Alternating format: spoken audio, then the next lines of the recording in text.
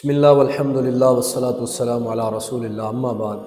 ہم تو کب سے چیخ رہے ہیں، چلا رہے ہیں، قرآن حدیث سے دلائل کے انبار لگا رہے ہیں، امت کو سمجھا رہے ہیں، امت کے سوئے ہوئے ضمیر کو جھنجھوڑ کر بیدار کرنے کی کوشش کر رہے ہیں کہ اپنی ذات کو بچا لیجئے ان فتنوں سے۔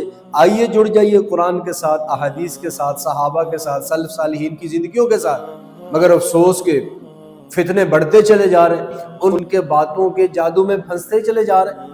تو غامدی جناب جاوید احمد غامدی صاحب ہر آئے روز نئے سے نئے فتوے، اسلام کے اندر شکوک و شبہات پیدا کرنا، جیسے بنی اسرائیل کے علماء تھے، انہوں نے تورات کے اندر تعریف کر دی، مال والے کے لیے فتویٰ الگ ہے، غریب کے لیے الگ ہے، بڑے کے لیے فتویٰ الگ ہے، چھوٹے کے لیے الگ ہے، رشتہ دار کے لیے فتویٰ الگ ہے، بات الگ ہے، انجان بندے کے لیے فتویٰ بات الگ ہے۔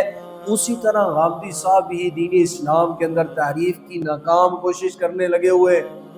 لیکن یاد رکھیے گا، میری بات کو پلے باندھ لیجئے گا، کبھی بھی جناب جاوید احمد غامدی صاحب اس میں کامیاب نہیں ہو سکتے۔ کیوں؟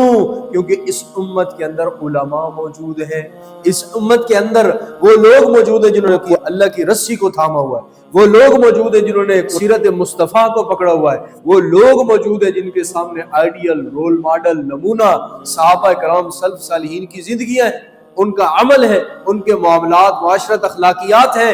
کبھی بھی ہم عقل کی بنیاد پر دین کو نہیں پرکھ سکتے۔ ان کی ساری ویڈیوز اٹھائیے، آپ یوٹیوب کو سرچ مار لیں، فیس بک پر چلے جائیں، ان کی ساری ویڈیوز کو اٹھا کر دیکھ لیجئے۔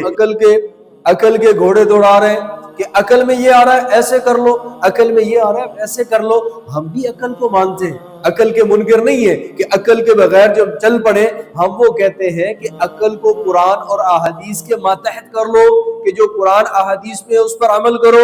یہ نہیں کہ اپنی عقل کو قرآن و حدیث پر سوار کر دو کہ میرے عقل میں قرآن کا جو اللہ کا حکم آئے گا سمجھ، میں اس پر عمل کروں گا، وہ لوگوں کو بتاؤں گا۔ ایسی بات نہیں ہے۔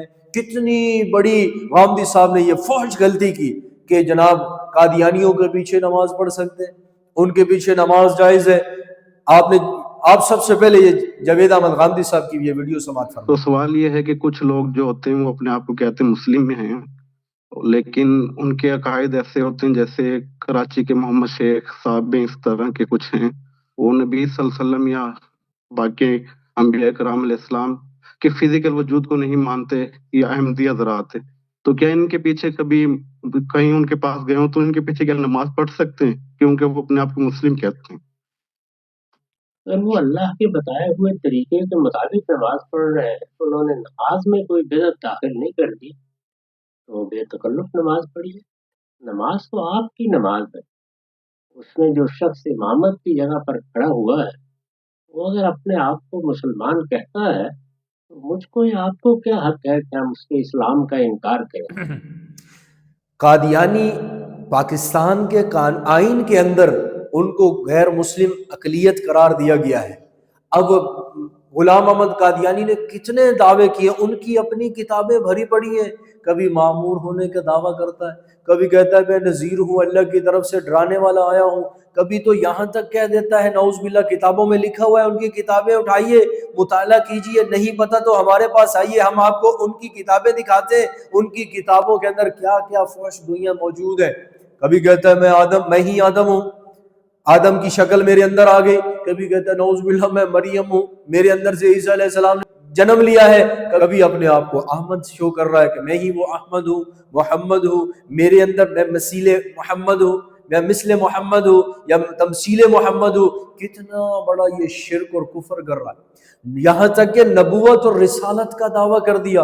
پھر ان کی کتابوں میں لکھا ہے صاحب کن فیکون، رب ہونے کا دعویٰ کر رہا ہے، کہیں یہ ذلی نبی ہونے کا دعویٰ کر رہا ہے، اور کہیں دعویٰ کر رہا ہے میں مستقل صاحب شریعت ہوں، میرے پاس ایک نئی شریعت آئی ہے، میں اللہ کا نبی ہوں، میرے پاس فرشتہ آتا ہے ٹیچی جو وحی لے کے آتا ہے۔ کبھی امام زمان کا نعرہ لگا رہا ہے کہ میں امام زمان ہوں، کبھی مجدد کا دعویٰ کر رہا ہے، کبھی کیا کہہ رہا ہے میں ہی مسیح عیسیٰ ہوں، میں عیسیٰ علیہ السلام ہوں، میری ماں مریم ہے، مجھے مانو۔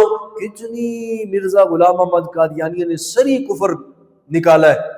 آپ اس کے بارے میں، اس کے پیروکاروں کے بارے میں کہہ رہے ہیں ان کے پیچھے نماز ہو جاتی ہے، پھر تو آپ کے ابو جہل کے پیچھے بھی ہو جائے گی، پھر تو آپ کی ٹرمپ کے پیچھے بھی نماز ہو جائے گی، پھر تو آپ کی جو ہے نیتن یاہو کے پیچھے بھی نماز ہو جائے گی، پھر تو آپ جو آگے کھڑے اس کے پیچھے آپ نماز پڑھ لیں۔ امام کے لیے ضروری ہے عقائد اس کے درست ہوں، امام کے لیے پہلی شرط یہ ہے عقیدہ اس کو قرآن کے مطابق ہو، تعلیمات مصطفیٰ کے مطابق ہو، سلف صالحین کی زندگیوں کے مطابق ہو، ان کے معاملات کے مطابق ہو۔ اگر عقیدہ درست نہیں ہے، چاہے مصلی پہ کوئی مرضی کھڑا ہو جائے، ہر ایک کے پیچھے تھوڑی نماز پڑھی جائے گی۔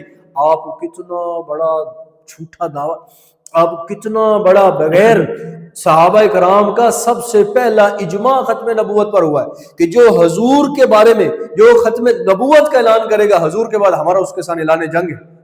مسلمہ کذاب کے ساتھ صحابہ نے جنگ کی، اور کتنے مدعیان نبوت آئے، صحابہ نے ان کے ساتھ جنگیں کی، اور سب سے زیادہ شہداء یہ مسلمہ کذاب کے ساتھ صحابہ نے جنگ کی۔ اس کے اندر کیوں؟ انہوں نے کہا حضور کی ختم نبوت پر کوئی کمپرومائز نہیں۔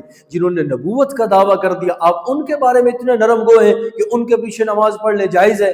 کچھ خدا کا خوف کریں، کچھ علماء کی صحبت اختیار کریں، دین سیکھیں، علم سیکھیں، قرآن سیکھیں، اپنی عقل کے گھوڑے نہ دوڑائیں، بلکہ اپنی عقل کو قرآن اور احادیث کے ماتحت لے کر آئیں۔